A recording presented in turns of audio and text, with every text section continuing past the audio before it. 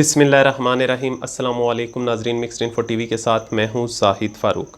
नाजरीन, सियासत के हवाले से बहुत अहम ख़बरें जो कि शरीफ फैमिली के हवाले से और इमरान ख़ान की सियासत के हवाले से आइंदा आने वाले दिनों में क्या होने जा रहा है, शरीफ फैमिली के हवाले से ये कि उनका सॉफ्टवेयर अपडेट हुआ है या मामलात कुछ और हैं। बहुत ही अहम मामलात उन्होंने अपनी फैमिली के अंदर तय कर लिए हैं। वो मामलात किस किस्म के हैं और उसका इमरान ख़ान की सियासत पर और पीपल्स पार्टी की सियासत पर और उनकी अपनी सियासत पर क्या असर होगा, इस हवाले से आपको आगाह करेंगे। मुख्तसर सी चीज़ें हैं और लेकिन बहुत अहम हैं जो आपके साथ शेयर करने जा रहा हूं। लेकिन उससे पहले मैं आप लोगों से गुजारिश करूंगा, जिन दोस्तों ने अभी तक हमारा channel mixed info TV subscribe नहीं किया, सब्सक्राइब कर लें, बेल का आइकन ज़रूर प्रेस करें ताकि आने वाली किसी भी इंफॉर्मेशन को आप मिस ना कर सकें। व्यूवर्स, शहबाज शरीफ की मरियम नवाज़ से ज़मानत हुई, ज़मानत पर रिहाई हो चुकी है। उससे पहले हमज़ा शहबाज जो हैं उनकी भी ज़मानत हो चुकी है। फिर अब ख्वाजा आसफ़ के हवाले से मैं ख़बर देने जा रहा हूँ आपको कि उनका ज़मानत का केस लगने वाला है और उनकी भी ज़मानत पर रिहाई हो जाएगी। अब ज़मानत के बाद रिहाई मिलने पर शहबाज शरीफ की जो है वो मरियम नवाज़ से मुलाकात हुई और जो ख़ानदान के अहम लोग हैं उनकी मुलाकात हुई और उसमें बहुत ही अहम फ़ैसले किए गए। वो फ़ैसले इस किस्म के हैं जिनको जोड़ा जा रहा है कि क्या ये सॉफ्टवेयर चेंज हो गया है, उसमें तब्दीली आई है, या पॉलिसी में तब्दीली आई है, या वक्त के साथ चलने पर, यानी जो उन्होंने वक्त से सीखा है और अब आसफ़ ज़रदारी के ने जो फ़वाइद हासिल किए और मुस्लिम लीग नून जो कि बिल्कुल एक साइड पे लग गई है, उससे उन्होंने सीखा है। ये सारी चीज़ें मैं आपके साथ शेयर करता चलूँ। शरीफ फैमिली ने बड़ा फ़ैसला किया है इस मुलाकात के दौरान। जो फ़ैसला किया गया, एक किस्म का आप ये समझें कि यू टर्न ले लिया गया है, जो कि पॉलिसी थी मियाँ शहबाज शरीफ की शुरू से, उस पॉलिसी पर चलने का फ़ैसला किया गया है और कुछ मामलात तय पाए हैं कि पॉलिसी मैटर्स किस तरीके से मुस्लिम लीग नून के अंदर चलाए जाएंगे। क्या वो जो झगड़ा चल रहा था कि मरियम नवाज़ पार्टी को लीड करेंगी, मियाँ शहबाज शरीफ करेंगे, हमज़ा शहबाज करेंगे, मियाँ नवाज़ शरीफ करेंगे, कौन करेगा, तो ये मामलात तय कर लिए गए हैं। एक पॉलिसी लाइन जो है वो बनाई जाएगी और उसके मुताबिक बाकी सारे उसी को फॉलो करेंगे, कोई अपनी तरफ से अलग से बात नहीं कर सकेगा। तो मरियम नवाज़ के रोल को बिल्कुल कम कर दिया गया है। मैं आपको बताता चलूँ कि इसमें जो पोजीशन बनाई गई हैं कि सबसे ऊपर कौन होगा, उसके नंबर 2 कौन होगा, नंबर 3 कौन होगा, ये आपके साथ शेयर करता चलूँ। लेकिन जो पॉलिसी लाइंस तरतीब दी गई हैं वो पहले जानना आपके लिए बहुत ज़रूरी है, जिसको इससे तशबीह दी जा रही है कि सॉफ्टवेयर तब्दील हुआ है।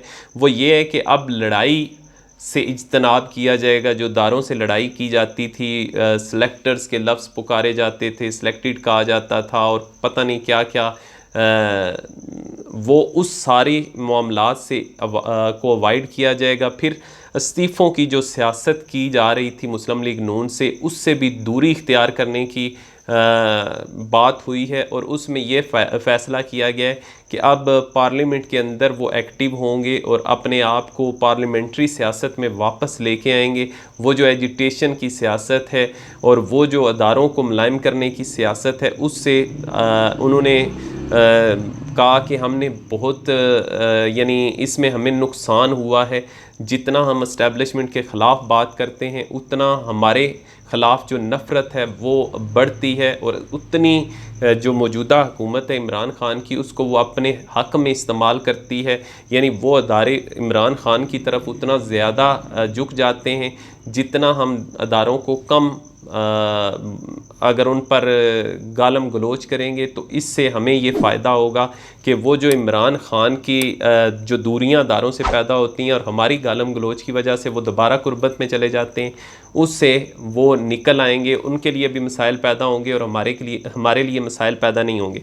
फिर इसके साथ साथ उन्होंने ये भी जो एग्ज़ामिन किया कि उनकी जो मज़ामत की पॉलिसी थी, जो उनके तकरार की पॉलिसी थी, जो उनके टकराव की पॉलिसी थी, उससे सबसे ज़्यादा फ़ायदा जो हासिल किया वो हुकूमत ने हासिल किया। और दूसरे नंबर पे जो जितने भी दड़े थे हुकूमत मुखालफ, उसमें से अगर किसी को फ़ायदा हुआ है उस तकरार की पॉलिसी, टकराव की पॉलिसी का, तो वो आसफ़ ज़रदारी ने गेन किया है। सेनेट के अंदर उन्होंने अपना जो यूसुफ रज़ा गिलानी को जितवा भी लिया, वोट भी ले लिए, फिर उसके बाद कायद हिज़्ब इख्तिलाफ भी बनवा लिया, और उसके बाद उन्होंने किस तरीके से पूरी पीडीएम को किक बैक कर दिया। ये सारी चीज़ों से उन्होंने शायद सीखा है, जिसकी वजह से ये बातें हुई हैं। और इसके साथ साथ नई स्ट्रेटजी तरतीब जो दी गई है, इस हवाले से उन्होंने ये भी कहा कि इसमें अगर कहीं भी कोई तब्दीली करना होगी या किसी अहम मैटर पर कोई पॉलिसी बनानी होगी, तो वो उसमें जो सबसे अवलियत हासिल होगी, यानी नंबर 1 पे पार्टी के जो सियासी जो रोल होगा, उसमें नंबर 1 पे मियां नवाज शरीफ होंगे, और नंबर 2 पे मरीम नवाज़ नहीं होंगी बल्कि मियां शहबाज शरीफ होंगे, और नंबर 3 पे मरीम नवाज़ और हमज़ा शहबाज जो हैं वो उनको इक्वल स्टेटस हासिल होगा।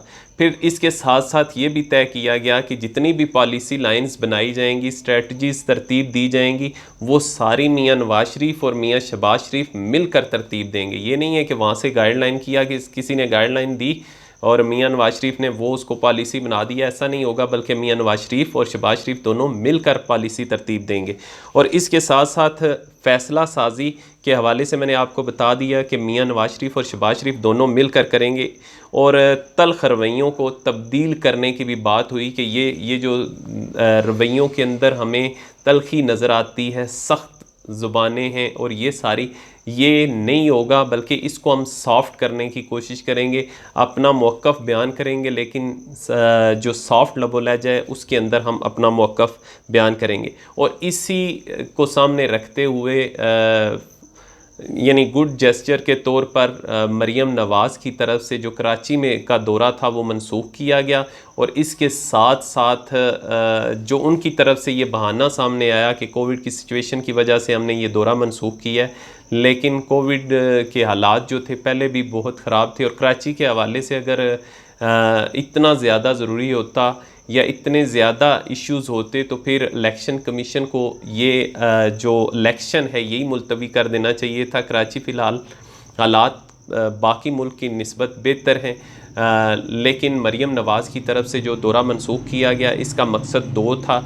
एक तो वो जो पॉलिसी गाइडलाइन तरतीब दी गई है उसके हवाले से अगर वो जलसों में जाती तो उनको सख्त लैंग्वेज इस्तेमाल करना पड़ती, और फिर दूसरा उनके मुद्दे मुकाबल पीपल्स पार्टी भी है सिंध के अंदर, कराची के अंदर जो इलेक्शन हो रहे हैं, तो उनको पीपल्स पार्टी के ख़िलाफ़ भी सख्त लैंग्वेज इस्तेमाल करना पड़ती, जिस तरह इंतखाबी जलसों के अंदर होता है। इसलिए उन्होंने दोनों चीज़ों को अवॉइड करने के लिए, उनसे बचने के लिए, ये मुफ्ता इस्माइल के जो इलेक्शन कैंपेन थी वो ना करने का फ़ैसला किया और वो दौरा मनसूख किया गया। और इसके साथ साथ पीपल्स पार्टी को उन्होंने ये पैगाम भी दिया कि हम आइंदा कोई इस किस्म की सियासत नहीं करेंगे जिसमें एक दूसरे की ज़ात पर कीचड़ उछाला जाए, जिसमें एक दूसरे को कसूरवार ठहराया जाए, एक दूसरे की करप्शन के जो किस्से हैं वो जलसों में बयान किए जाएं। इस किस्म की सियासत से इज्तनाब करेंगे।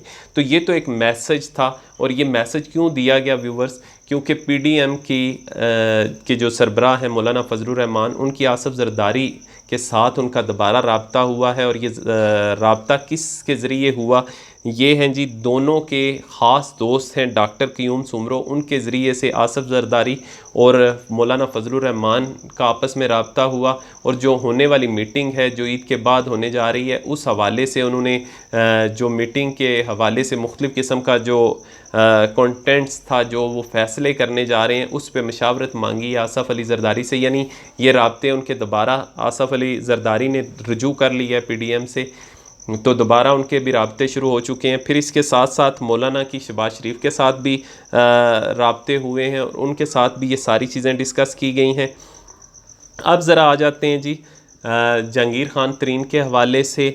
जहांगीर ख़ान तरीन के हवाले से बहुत ही अहम ख़बर, जो कि इमरान ख़ान का, मैंने शुरू में बताया कि इमरान ख़ान की सियासत पर आने वाले दिनों में क्या असर पड़ने जा रहा है। इमरान खान दो हिस्सों में बटे हुए हैं। उनकी वफाकी काबीना के कुछ लोग कहते हैं कि जहांगीर खान तरीन से मुलाकात करनी चाहिए, लेकिन पीटीआई के वो लोग जो कि पीटीआई के ख़ास लोग हैं, यानी एक तो वो हैं जो मुख्तलिफ, मैंने दड़ों के हवाले से बहुत कुछ बताया हुआ है आपको, जो पीटीआई की अपनी ब्रीड है, उनकी तरफ से ये राय दी गई है इमरान खान को कि किसी सूरत जहांगीर खान तरीन के ग्रुप से मुलाकात ना की जाए, क्योंकि अगर वो मुलाकात, उनकी तरफ से ये बयान सामने रखा गया कि अगर वो मुलाकात करते हैं तो उसमें अगर उन्होंने कोई ऐसा मुतालबा रख दिया तो फिर उसके बाद हमारे पास कोई ऑप्शन नहीं होगा। वो या तो हमें पूरा कर, या डेड लाइन दे दी गई, अगर हम पूरा करते हैं तो फिर भी हमारे लिए मसाइल हैं, अगर नहीं पूरा करते तो फिर भी मसाइल हैं। इसलिए इस मामले को लटकाया जाए, उनसे ये कहा जाए कि अभी सब्र करें, इंतज़ार करें और इस पॉलिसी को जितना लॉन्ग किया जा सकता है किया जाए, लेकिन फौरी तौर पे मुलाकात ना की जाए। अब यही है कि जहांगीर खान तरीन और उनका जो ग्रुप है उसका बहुत ही अहम मामला है। उनके भी रवाबत, मरीम नवाज़ की प्रेस कॉन्फ्रेंस के दौरान भी कहा गया कि पीटीआई के कुछ लोगों ने हमारे साथ रब्ता किया। तो ये तमाम लोग जो हैं वो नेक्स्ट आने वाले इलेक्शन की सियासत कर रहे हैं और वो सोच रहे हैं कि किसको किस पार्टी में कितना मकाम हासिल हो सकता है। लेकिन जहांगीर खान तरीन के हवाले से इमरान खान के लिए मसाइल पैदा हो सकते हैं। अगर वो बजट तक अगर इमरान खान ले जाते हैं तो फिर तो और बात है, लेकिन अगर बजट तक उनके मामलात हल नहीं होते तो बजट पास करवाना इमरान खान के लिए मुश्किल हो जाएगा, जो कि वज़ीर-ए-आज़म के ख़िलाफ़ अदम एतमाद सब्र किया जाता है। व्यूवर्स, अब तक के लिए इतना ही। जो भी मज़ीद ताज़ा तरीन अपडेट्स होती रहेंगी, अपडेट्स होंगी, उस हवाले से आपको आगाह करता रहूँगा। मुझे इजाज़त दीजिए। अपना और अपने इर्द गिर्द मौजूद लोगों का बहुत ख्याल रखिएगा। अल्लाह हाफ़िज़।